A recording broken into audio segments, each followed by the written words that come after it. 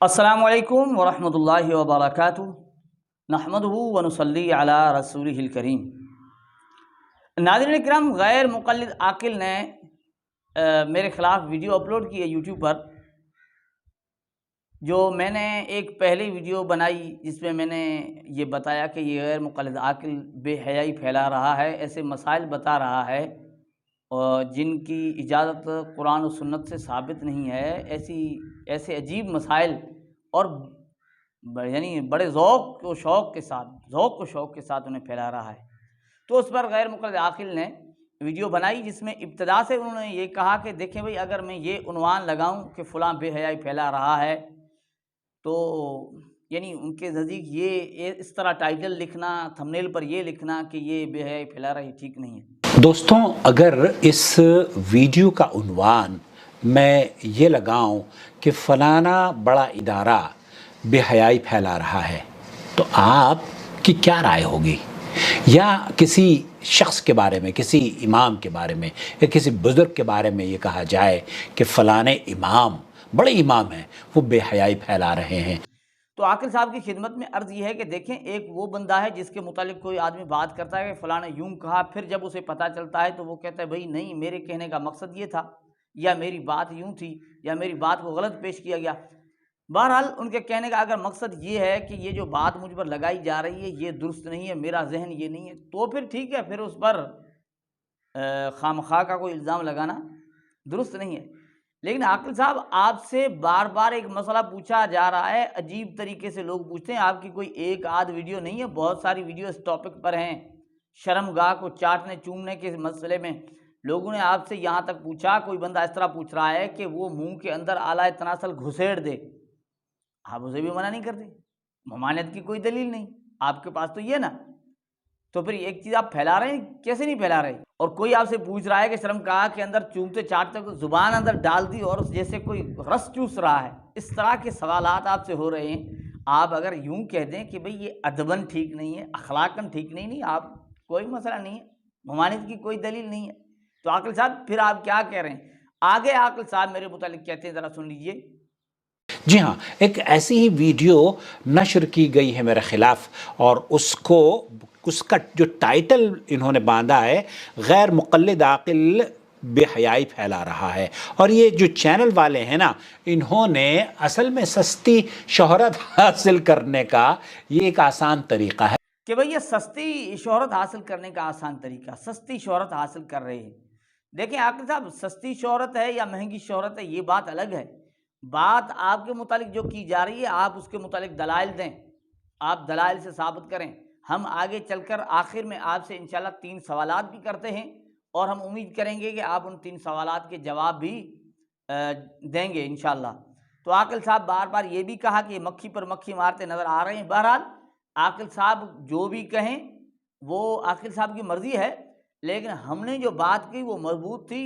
عاقل کی بات جو اس ویڈیو میں بھی جو ہم آپ کی خدمت میں لا رہے ہیں، آپ دیکھیں گے کہ عاقل صاحب بیچارے کیا کچھ کر گزرے ہیں۔ دیکھیے تو عاقل صاحب آگے میرے متعلق جو کہتے ہیں، ذرا آپ اسے سماعت فرمائیں تاکہ ہم اس پر گفتگو کر سکیں۔ اصل اس روایت کو مکمل طور پر صحیح بخاری اور مسلم اور ابو داؤد وغیرہ نے نقل کیا ہے، جس میں اس کو تفصیل سے بیان کیا ہے، دوسرے روات نے اس کو بیان کیا ہے، جس میں اللہ کے رسول صلی اللہ علیہ وسلم نے فرمایا ہے کہ استنجے کی حالت میں آپ اپنی شرمگاہ کو سیدھے ہاتھ سے نہ چھوئیں۔ نمبر 1۔ نمبر 2، جو حدیث سے ان کا استدلال ہے اور جس ٹاپک پر بات کی جا رہی ہے کہ آیا عورت کی شرمگاہ کو بوس و کنار کیا جا سکتا ہے یا نہیں، تو انہوں نے ناظرین کرام یہ دیکھیں، عاقل صاحب جو یہ یہاں دائیں ہاتھ کے مسئلے کو لیے ہوئے ہیں نا، یہ اصل میں درمیان میں کیسے آیا کہ کسی شخص نے عاقل صاحب کی ویڈیو پر ایک کمنٹ کیا، اس میں یہ کہا کہ شریعت میں عضو تناسل کو، اعلی تناسل کو دائیں ہاتھ سے چھونے کی ممانعت ہے کہ بھئی دائیں ہاتھ وہاں نہ لگاؤ۔ اب دایاں ہاتھ منہ سے تو گیا گزرا نہیں ہے نا، اب منہ کی اجازت، وہاں منہ لگانے کی اجازت دے رہے ہیں، چومنے چاٹنے کی اجازت دے رہے ہیں، وہاں جب دائیں ہاتھ کو روکا گیا کہ دائیں ہاتھ نہ لگاؤ، تو بھائی منہ کیسے لگائیں گے؟ دیکھیں نا، تو اس پر یہ گفتگو چلی، اور یہاں جو ہے نا اس نے اس چیز کو رد کرنے کی کوشش کی ہے کہ دیکھیں جی روایت تو صحیح بخاری میں تفصیل سے، صحیح بخاری ابو داؤد اس میں جو ہے تفصیل سے آئی ہے، اور پھر اسکین بھی لگایا وہاں صحیح بخاری کا، آپ اس میں بھی دیکھ لیں، یہ 153 نمبر حدیث ہے جو عاقل صاحب نے لگائی، اس میں بھی دیکھیں صاف صاف ہے کہ جب تم میں سے کوئی پانی پیے تو برتن میں سانس نہ لے، اور جب بیت الخلاء میں جائے تو اپنی شرمگاہ کو داہنے ہاتھ سے نہ چھوئے، جب بیت الخلاء میں جائے تو اپنے دائنے ہاتھ سے شرمگاہ کو نہ چھوئے اور دائنے ہاتھ سے استنجا نہ کرے۔ استنجا کو الگ کہا گیا، عاقل صاحب یہ زور لگا رہے ہیں کہ استنجا کے وقت استنجا کو الگ ذکر کیا گیا، اور عضو تناسل اپنی شرمگاہ کو چھونے سے منع الگ کیا گیا۔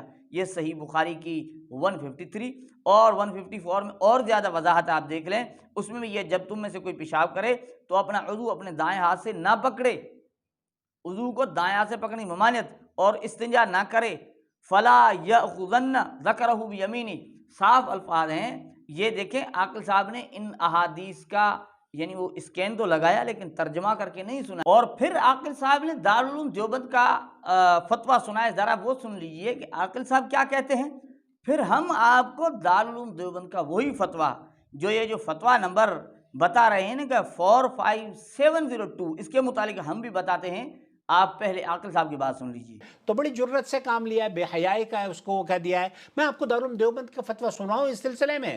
ان سے کوئی پوچھے کہ آپ صحیح ہے یا دارالعلوم دیوبند صحیح ہے، یا امام ابو حنیفہ کی رائے آپ صحیح ہیں یا امام ابو حنیفہ، یہ مقلد ہیں امام ابو حنیفہ کے، اور ان کے امام کیا کہہ رہے ہیں ان بیچاروں کو پرواہ نہیں ہے، یہ عجیب و غریب ہیں، کہتے ہیں کہ ہم امام ابو حنیفہ کے مقلد ہیں اور مانتے نہ جانے کس کی ہیں۔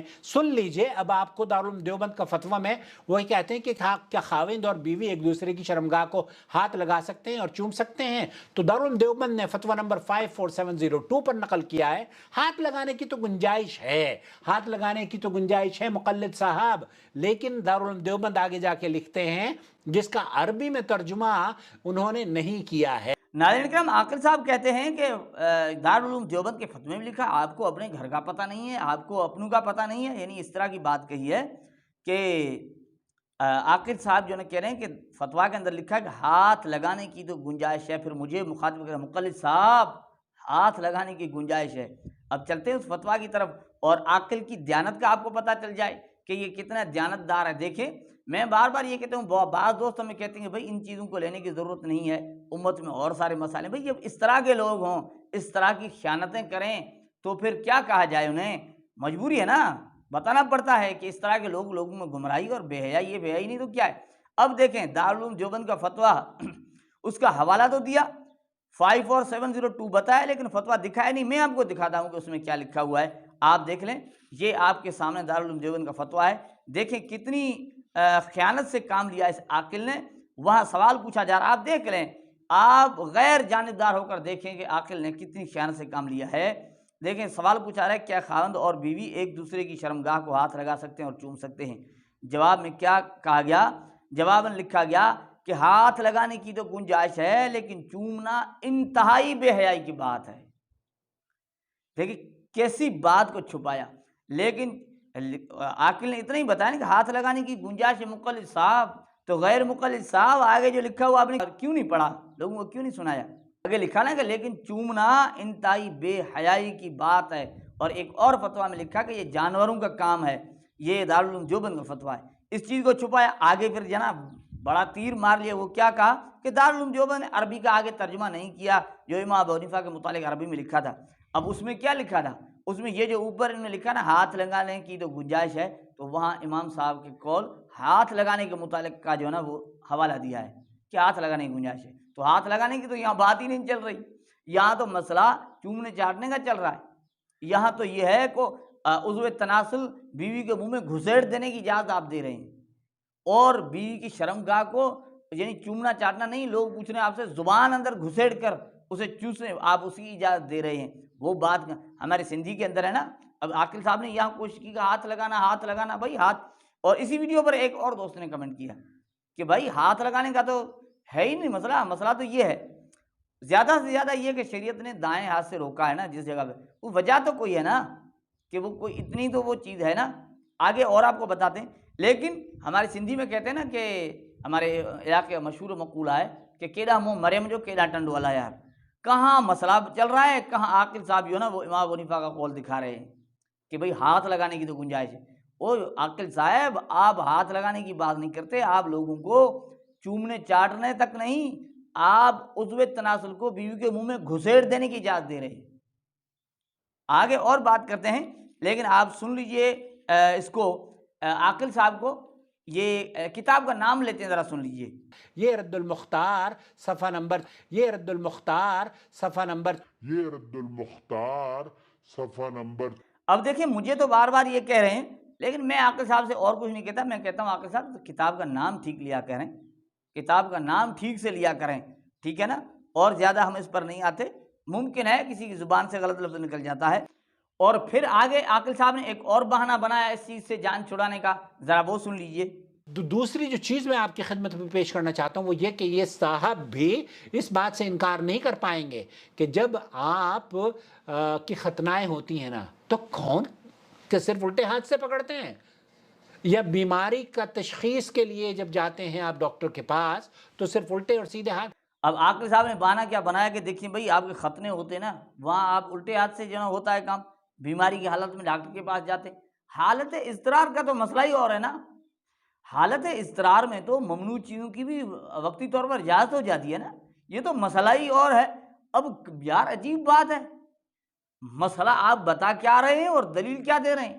دوسری بات جو آپ یوں سمجھیں ایک خاص بات ہے، ایک وہ بات جو اس بھائی نے کہی جو اپنے کمنٹ میں اس چیز کا اظہار کیا کہ دیکھیں بھائی جہاں شریعت نے عضو تناسل کو دائیں ہاتھ لگانے کی اجازت نہیں دی کہ بھائی آپ بیت الخلاء میں ہیں، پیشاب کر رہے ہیں تو استنجا کے وقت بھی اور پیشاب کرتے ہوئے اعلیٰ تناسل کو دائیں ہاتھ سے نہ پکڑیں، کیوں بھائی بائیں نے کیا قصور کیا؟ یہ فضیلت ہے نا، وہ میں نے پہلے بھی بتایا۔ اب یہ کہتے ہیں کہ بھائی وہاں نجاست ہے اس وجہ سے، بھائی نجاست ہے تو کیا اس ہاتھ کو نجاست نہیں لگتی کیا؟ اس ہاتھ بیچار نے کیا قصور کیا؟ یہ جسم کا حصہ نہیں ہے؟ یہ فضیلت کا مسئلہ ہے کہ ہاتھ دائیں ہاتھ کی فضیلت ہے، اس وجہ سے دائیں ہاتھ نہ لگائیں۔ تو جب دائیں ہاتھ کی فضیلت ہے تو کیا اس منہ کی فضیلت نہیں ہے، ہاتھ کے برابر نہیں ہے؟ اور ایک یہ آپ بات سمجھ لیں۔ دوسری بات یہ عاقل صاحب آپ جو کہتے ہیں نا یہ آپ اجازت جس چیز کی دے رہے ہیں، آپ مجھے بتائیں جن چیزوں کی آپ اجازت دیں آپ نام کیا لیتے ہیں؟ شرمگاہ، کتابوں میں علماء نے شرمگاہ لکھا ہے، عضو تناسل لکھا ہے۔ ادب کے الفاظ یہ سیدھا سیدھا نام نہیں لیا جاتا۔ آپ اپنی ویڈیوز میں کبھی سیدھا نام کر دکھائیں، عورت کی شرمگاہ کا سیدھا نام لیں، مرد کی شرمگاہ کا سیدھا نام۔ او بھائی جس چیز کا نام لینا بے ادبی ہے اور برا آپ سمجھتے ہیں، کیوں نہیں لیتے ویڈیوز میں؟ سیدھا سیدھا نام نہیں لیتے نا، کیونکہ بھائی برا لگتا ہے۔ جس چیز کا نام لینا برا لگتا ہے آپ کہتے ہیں اسے منہ میں گھسیڑ دو، یار پھر نام لینے میں کیا برائی ہے؟ عجیب بندہ ہے بھائی۔ اور عاقل صاحب میں آخر میں اب زیادہ لمبی بات نہیں کرتا، آپ کہتے ہیں کہ ہم امام صاحب کے متعلق جرات نہیں کہ امام صاحب نے تو کہا ہی نہیں ہے، آپ نے تو بالکل ہی الزام لگایا امام صاحب نے کہا، امام صاحب نے کہا ہی نہیں ہے، امام صاحب کے متعلق آپ نے جھوٹ باندھا۔ اور پھر میں عاقل صاحب ایک صرف آپ سے 3 سوال کرتا ہوں، 3 سوال، اور مجھے امید ہے کہ آپ ان کے جوابات دیں گے، ضرور دیں گے۔ 3 سوال، ایک یہ کہ آپ بار بار مقلد کہتے ہیں، مقلد صاحب کہہ رہے ہیں نا، میں فقط آپ سے یہ پوچھتا ہوں کہ یہ مقلد ہوتا کیا ہے تاکہ ہمیں پتہ چل سکے بھئی ہم مقلد ہیں وہ مقلد نہیں ہے، پتہ چلے۔ آپ کے نزدیک مقلد کسے کہتے ہیں ذرا تفصیلاً بتا دیجیے گا۔ دوسری بات، آپ کہتے ہیں نا کہ بھئی ہم قرآن و حدیث سے مسائل بتائے تھے، یہ آپ کا اہل حدیث کے 2 ہی اصول، اطیع اللہ و اطیع الرسول، تو اطیع اللہ اور اطیع الرسول 2 آپ کے اصول ہیں نا، آپ قرآن و حدیث سے بتاتے ہیں۔ اچھا قرآن و حدیث سے اس مسئلے کا حل آپ بتا دیں کہ منہ کے اندر شرمگاہ کو گھسڑنے کی کہیں شریعت نے اجازت دی ہو، مسئلہ بتا دیں۔ تیسرا سوال، آپ کہتے ہیں کہ ہم منہج سلف پر، منہج صحابہ پر ہیں، یہ آپ بار بار یعنی آپ کے علماء آپ کے یعنی مسلک والے کہتے ہیں، آپ صحابہ میں سے کسی صحابی کا عمل دکھا دیں انہوں نے اس قسم کا کبھی کوئی فعل کیا ہو، آپ بتا دیں ہم مان لیں گے۔ 3 یہ میرے سوال ہے۔ ناظرین کرام آپ نے دیکھا کہ غیر مقلد عاقل نے دارالعلوم دیوبند کے فتویٰ دکھانے میں خیانت کی، امام ابو حنیفہ پر جھوٹ بولا، اور شرمگاہ کو چاٹنے چومنے اور منہ میں گھسیڑنے کی جو اجازت دے رہے ہیں اس کے پاس کوئی دلیل نہیں ہے، اور حدیث کے اندر دائنے ہاتھ سے استنجا کرنے اور عضو تناسل کو چھونے سے ممانعت سے صاف واضح ہے، جس کا جواب کوئی عاقل نے کوئی معقول جواب نہیں دے سکے۔ جب ہاتھ دایاں نہ لگے وہاں تو منہ لگانے کی کیسے شریعت اجازت دے رہا ہے؟ اور جب جس چیز کا نام ادباً نہیں لیا جاتا ایسے عضو کا، بید بھی سمجھ جاتی ہے، برا سمجھ جاتا ہے، اور اس عضو کو منہ میں گھسیڑنا کیسے ٹھیک ہوگا؟ اللہ جل جلالہ ہمیں سمجھ عطا فرمائے اور اس عقل کو اللہ تعالیٰ عقل نصیب فرمائے۔